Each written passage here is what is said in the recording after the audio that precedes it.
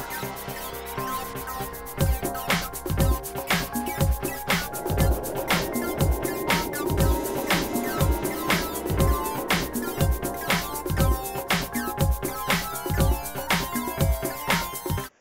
guys, and welcome to another edition of the Blu-Review, where today we're going to be looking at the films in the Star Trek film franchise.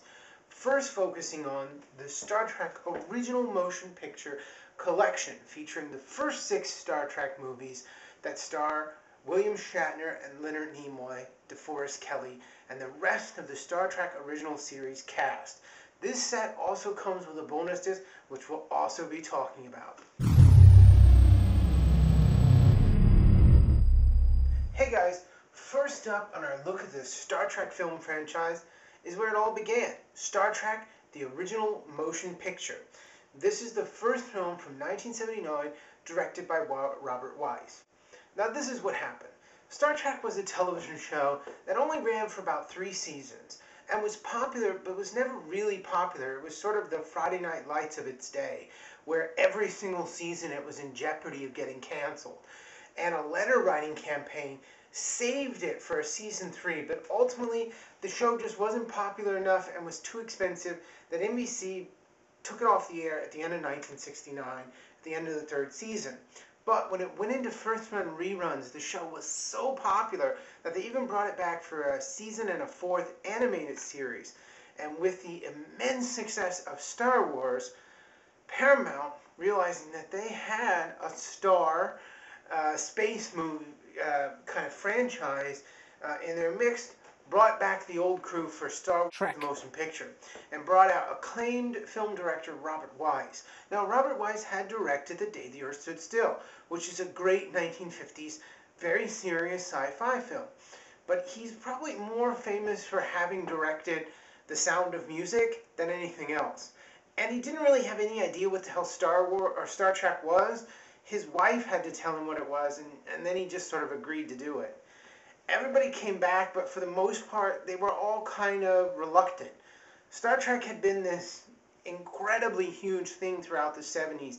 It had spawned what we know as the convention circuit. It had changed the lives of everybody that had participated in it, and a lot of people were just starting to get away. But they convinced everybody to come back. Most people thought it was just a sort of a one-off film. They were going to do it if it was successful. Maybe they would do another one, maybe they wouldn't.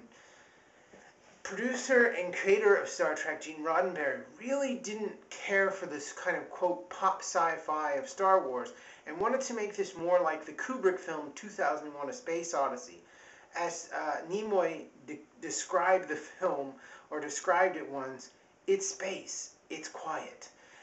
They even brought in Donald Trumbull, who did the effects for 2001: A Space Odyssey. And what you get in this set, or with all of these films on Blu-ray, is the original theatrical release. Now, in one way, a couple of years ago, they put them on DVD as a 2-disc special edition, or in this case, a director's cut, where they went in and they digitally recreated all the special effects to kind of make them look more modern. I kind of like this. You get to see what it looked like in 1979. You get to see the charm of what it would have been like in 1979, sort of warts and all. And I kind of appreciate that more. I've seen the director's cut of Star Trek the Motion Picture, and it's fucking boring. This is a little bit, I mean, there's like a 5-minute sequence in the director's cut where it's just nothing but shots of the Enterprise, like, oh, it's a ship, oh, it's a ship, and you're just like, I get it, it's a fucking ship, let's move. This one moves a little quicker than that. It's a little bit better, I think, in terms of overall, but the effects are really the only part of this film that I really, really love. There's so many things that's wrong with this movie, from the set design to the costume, the bridge of the starship. It looks like a few lights have went out, like they just basically was like, this should be darker, we're in space, let's fucking turn some of these lights off. It just, there's so many things about this movie that could have been so much better. Things that I wanted to see, things that they would get in the rest of the series. This one was just sort of a letdown. But if you're a serious collector, you have to get this. It's not bad. It's way watchable. And the special effects for 1979, a lot of them are really, really gorgeous. This isn't one of those movies that's going to totally blow you out of the water. I'm not 100% sure why Paramount didn't do a little more with this release, especially since when it first came out, it was butt fucking expensive.